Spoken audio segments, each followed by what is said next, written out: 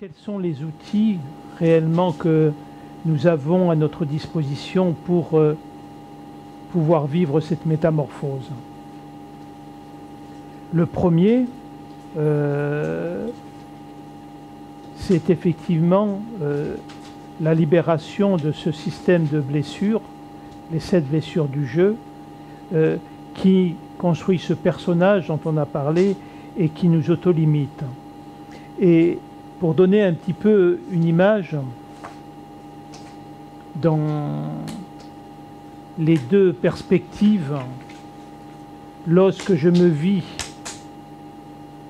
à partir des blessures, voilà les croyances que je vais exprimer. C'est « je n'ai pas de valeur ». Je ne peux compter que sur moi. Je ne peux pas faire confiance aux autres. J'ai besoin des autres pour exister. Je dois être parfait pour être aimé. Je n'ai pas le droit à la vie et je ne suis pas digne. Donc, vous pouvez sans nul doute ressentir qu'en ayant ces croyances inconscientes sur nos systèmes endocriniens, je ne peux que vivre la vie dans le combat, dans la lutte, pour essayer de ne pas être englouti par ces croyances qui sont les croyances qui sont liées aux 7 blessures. Lorsque je ne parle plus à partir des blessures et que je parle à partir de ma vraie nature divine, ce qui se produit, ce sont les croyances, du moins ce ne sont plus les croyances, ce sont les certitudes de je suis. Je ressemble à Dieu, je suis la miséricorde de Dieu, je suis la force de Dieu, je suis Dieu qui guérit, je suis la lumière de Dieu, je suis la droiture de Dieu, je suis l'ami de Dieu. Et pour ceux qui ne comprennent pas ce que je viens de dire, c'est le nom vibratoire des 7 archanges qui sont en lien avec nos 7 glandes endocrines. Et en fait, toutes les blessures, je fais juste un rappel pour les personnes qui ne connaissent pas, les blessures ne sont pas dans notre mental, elles sont sur nos glandes endocrines. C'est pour ça que quand il y a une blessure, immédiatement, il y a les émotions qui vont avec, parce que c'est la glande endocrine qui crée les hormones et l'hormone qui crée l'émotion. Donc, le jeu personnel crée une limitation, comme je l'ai dit, de notre réalité. Et ces glandes endocrines sont nourries par ces 2 réalités, le jeu personnel et par les 7 aspects du divin, que sont les 7 archanges et les 7 noms vibratoires des archanges. Donc, tout notre travail, en fait, pour que la métamorphose ait lieu, c'est de se libérer des fausses croyances que l'incarnation m'impose pour que la réalité de ce que je suis immédiatement prenne le dessus. Il n'y a pas d'effort à faire. C'est-à-dire que, par exemple, pour la blessure de la maltraitance, la croyance que nous avons sur la glande pinéale, c'est « je n'ai pas de valeur ». Et cette glande pinéale est en relation vibratoire avec un aspect du divin qui est incarné par l'archange Michael, et le nom de l'archange Michael est « je ressemble à Dieu ». Donc, c'est tout ce jeu-là qui est nécessaire à faire, se libérer de cette croyance limitante de la personnalité égotique pour retrouver notre liberté. Et en laissant cette énergie se manifester naturellement. Donc, c'est un peu comme quand vous êtes dans une pièce qui est noire, lorsque vous ouvrez les volets, vous ne vous posez pas la question comment la lumière va rentrer. Naturellement,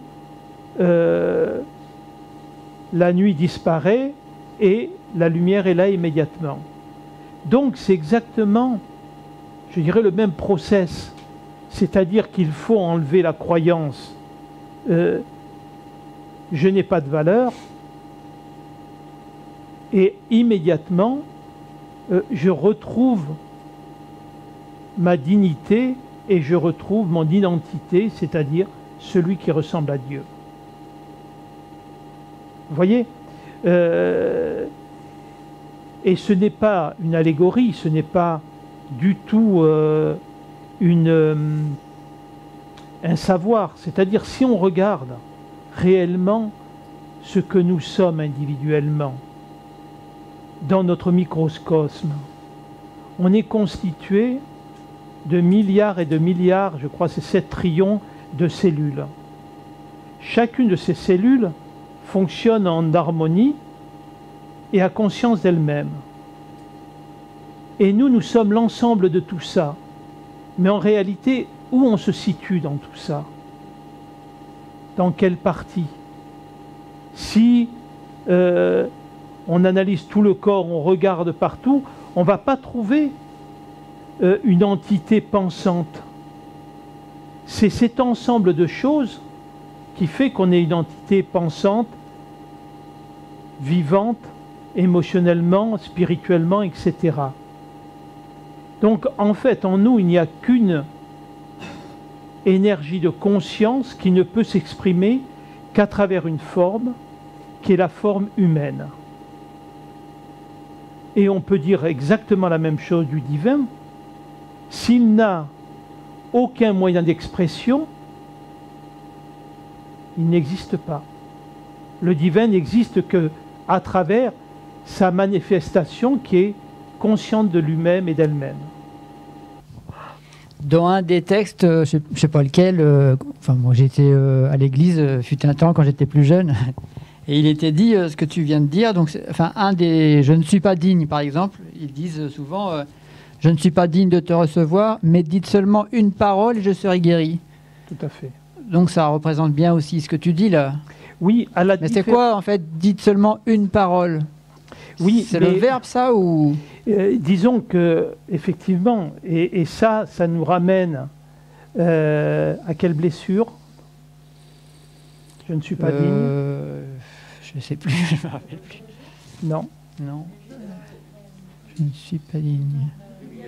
L'humiliation. Ah oui. Donc, quand à l'église ils expriment je ne suis pas digne de te recevoir, c'est-à-dire ils constatent déjà l'état de séparation, tandis qu'on n'est pas séparés. Dans le prologue de Jean, il est bien dit la parole s'est faite chair. En réalité, nous sommes le Verbe incarné. Exactement. Donc, je ne vois pas en quoi dire une parole et on serait sauvé. Je veux dire, c'est... Et on en vient effectivement à cet autre point, c'est la morale. Quand vous voyez la morale, elle est attachée aux 7 péchés capitaux. Quels sont-ils? Est-ce qu'il y en a qui le savent? L'avarice, la paresse, la gourmandise, l'orgueil, la luxure et la colère. Alors c'est quand même vachement intéressant parce que comme on n'a pas décidé d'être ce qu'on est, je ne vois pas comment on peut, au niveau de la colère, si quelqu'un a la technique pour dire tiens, je ne dois pas être en colère, je serai toujours joyeux, je ne sais pas comment ça fait. Donc la morale, effectivement, est un moyen, c'est une négation de notre véritable nature. Et se conforter à la morale qui est très sournoise en réalité. La paresse, ça commence quand? Si on regarde, c'est des mots génériques qui font que on est tous dedans.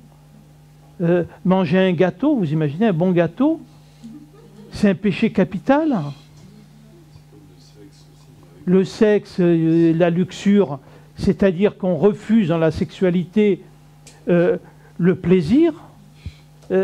Donc, on peut regarder à travers tout ça comme quoi, effectivement, ça nous renvoie aux mauvaises personnes que nous sommes, aux personnes imparfaites que nous sommes.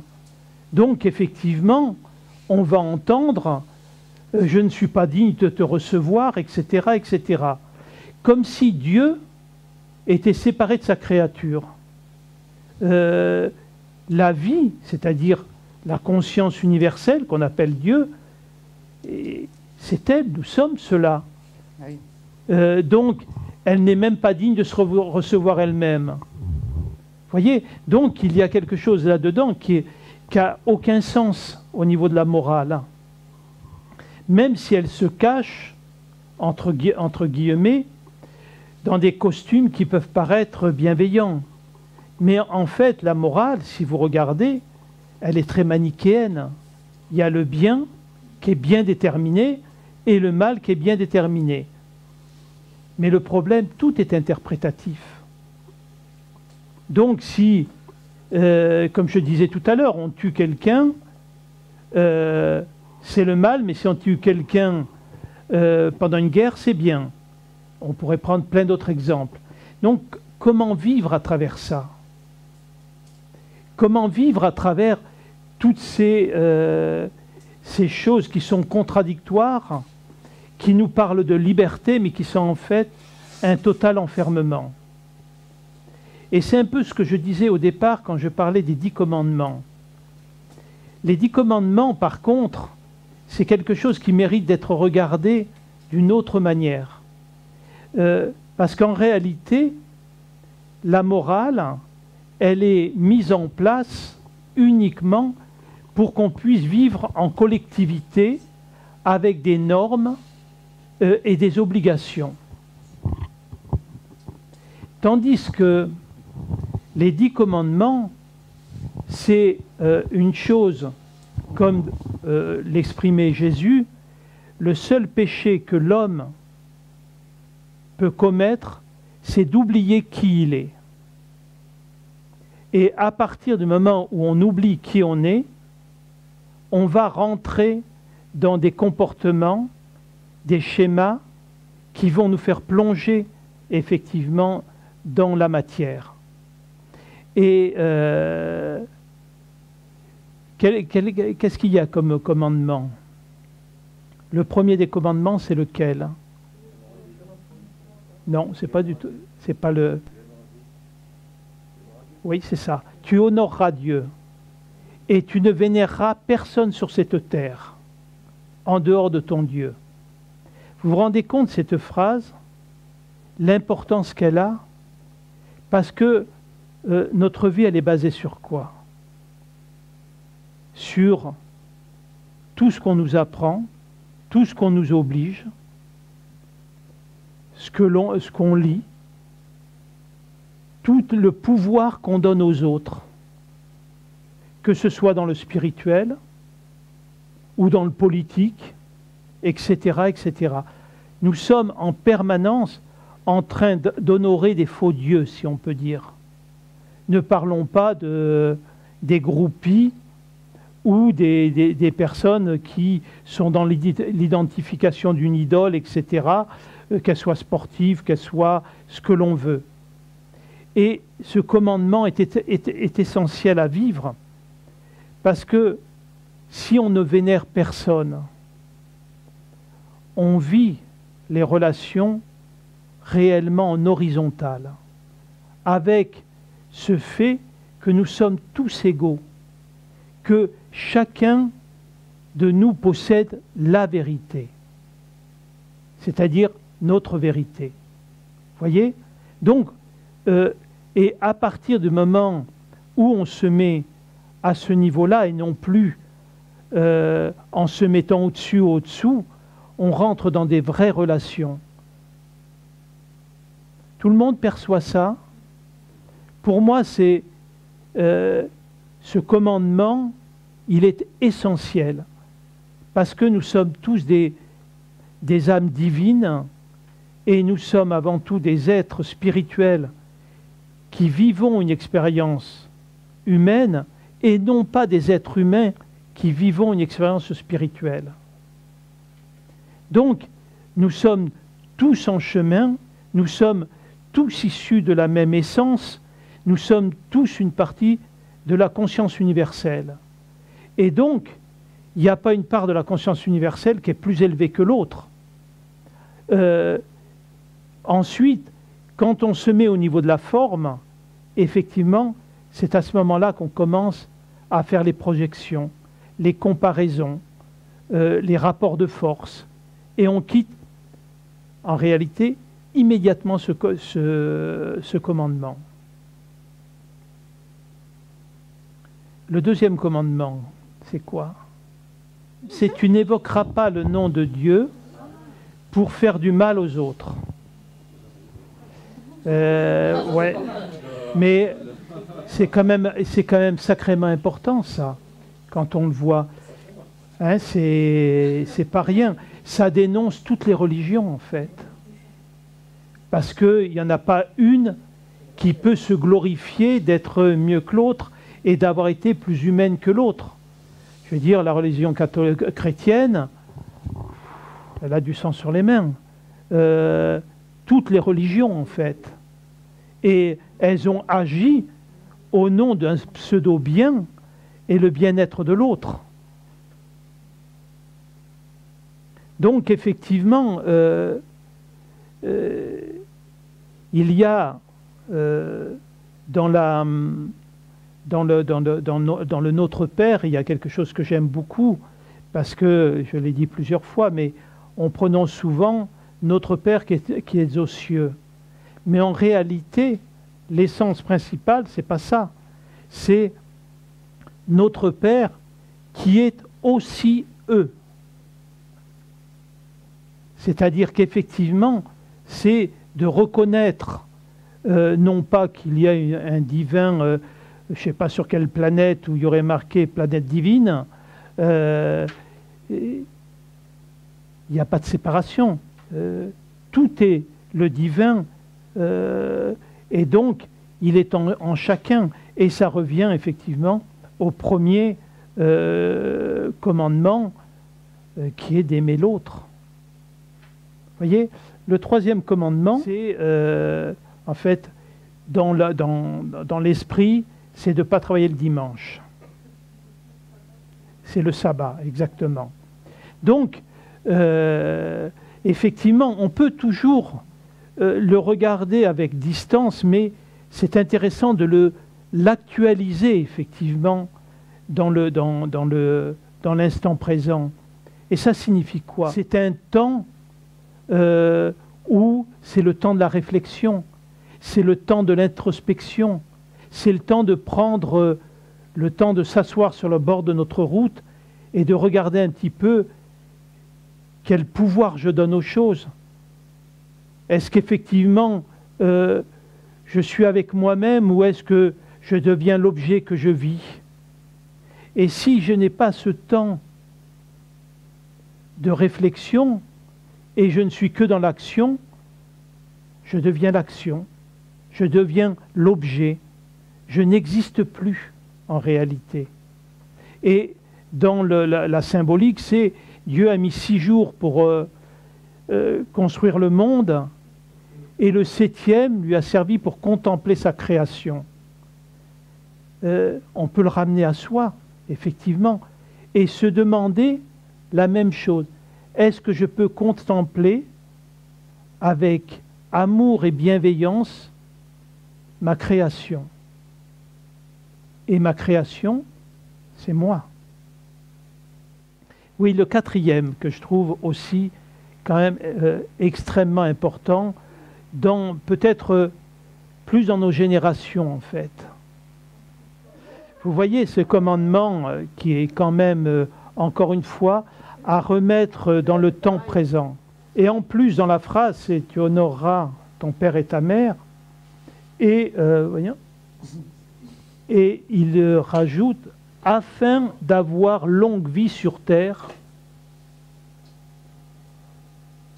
Ce qui veut dire que, on en a parlé un petit peu, on est dans ce schéma très oedipien dans nos incarnations, c'est-à-dire l'autorité parentale, il y a un temps, elle était... on avait des enfants pour avoir du personnel pour travailler, en fait. Donc l'enfant faisait tout ce qu'il pouvait pour essayer d'être aimé des parents. Et donc il y avait de la souffrance, mais bon, c'était comme ça.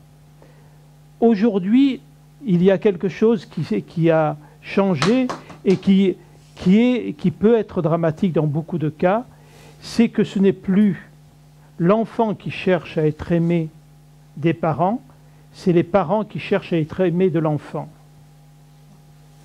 Et à ce moment-là, il y a une confusion stupéfiante parce que il y a un manque de règles, j'aime pas trop le mot règle, mais je dirais plutôt un manque de structure dans lequel l'enfant peut être en sécurité. Donc, et ce passage s'est fait pour une grande partie des pédopsychiatres, c'est fait après mai 68, où il y a eu toute la structure familiale, c'est le père autoritaire, etc. C'est une structure qui a lâché, mais qui ne s'est pas encore rétablie véritablement. Donc, on met dans la relation parent-enfant le fait que les parents sont dans l'obligation d'aimer leurs enfants parce que les enfants n'ont pas décidé de venir. Et les enfants vont réclamer effectivement que les parents soient aimants, etc., etc. Et ils vont être complètement dans ce système de jugement. Donc, la relation parent-enfant est devenue une relation très souvent psycho-affective et très souvent dysfonctionnelle. Même quand il y a de la bonne volonté, hein, c'est pas... il y a des parents qui font de leur mieux, etc. On n'est pas là pour juger ou condamner quoi que ce soit. Mais trouver le rôle d'un parent, qu'est-ce que c'est réellement? On donne la vie à une âme qui est peut-être beaucoup plus ancienne que nous, qui a peut-être effectivement eu des expériences beaucoup plus importantes que nous. Donc, on rentre dans une responsabilité extraordinaire et une grâce extraordinaire de pouvoir être la porte d'entrée et de donner un corps à cette âme qui va pouvoir effectivement faire son expérience vers la lumière et vers l'amour inconditionnel. Donc, en tant qu'enfant, on ne peut que honorer ça. Après, effectivement, ses parents, ils sont là, effectivement, avec ce qu'ils sont et ce qu'ils ne sont pas aussi. Donc, effectivement, l'enfant va être dans le cadre qui va le moduler pour faire son scénario d'incarnation. Donc, bien évidemment, nous n'avons jamais les parents parfaits, comme nous n'avons pas les enfants parfaits non plus, qui eux-mêmes deviendront eux aussi des parents. Donc, c'est de voir que les contraintes, les tensions, tout ce qui peut être difficile, ce sont des choix d'incarnation. Et nous avons juste à les honorer par rapport à ça. Mais on ne peut pas aimer un parent qui nous a foutu des bouffes. On ne peut pas aimer un parent qui nous a abandonnés. On ne peut pas aimer un parent qui n'a pas été bienveillant, etc. Mais par contre, on peut l'honorer quand même. Et ça, c'est essentiel.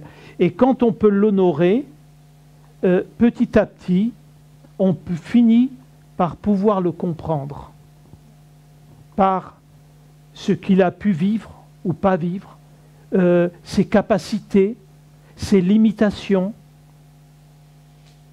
ça peut se dévoiler. On fait ce qu'on peut, bien évidemment. Hein. Je ne parle même pas de pardon, hein, là, entendons-nous bien. Je parle uniquement de pouvoir accepter que c'est comme ça, et voilà tout. Et donc, qu'est-ce qui se passe ensuite au niveau des parents? Quel est le rôle parental, en fait? Ce n'est pas d'éduquer les enfants, ce n'est pas de les charger, effectivement, de devoirs, d'obligations, de devoir voter comme moi quand ils auront 18 ans, etc. C'est les élever. Les élever, c'est dans le sens littéral. Leur permettre d'être ce qu'ils ont choisi de venir vivre dans cette vie. Et ça, c'est pas toujours facile. Voyez donc, ce commandement, il ramène dans une histoire de responsabilité et non dans toutes ces histoires psycho-affectives dans lesquelles on peut complètement se perdre.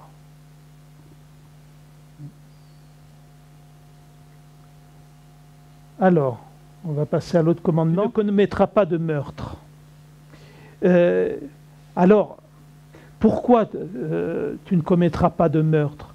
Ce n'est pas effectivement de la morale, c'est-à-dire il ne faut pas te faire du mal à ton prochain, etc. etc. C'est que la personne qui commet un homicide prend la responsabilité karmique de la personne à qui qu'elle a tué. Et donc, effectivement... C'est quoi la responsabilité karmique? La responsabilité karmique, ça va être de prendre en charge la souffrance de l'autre personne et de venir ensuite revivre la conséquence de mon acte.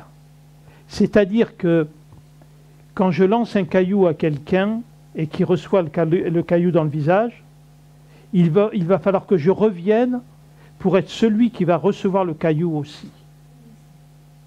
Donc c'est le système de cause à effet. Et donc, quand on est dans un crime, on peut considérer qu'on va galérer un bon moment et il va y avoir des vies qui vont me charger et qui vont m'empêcher d'aller vers la lumière.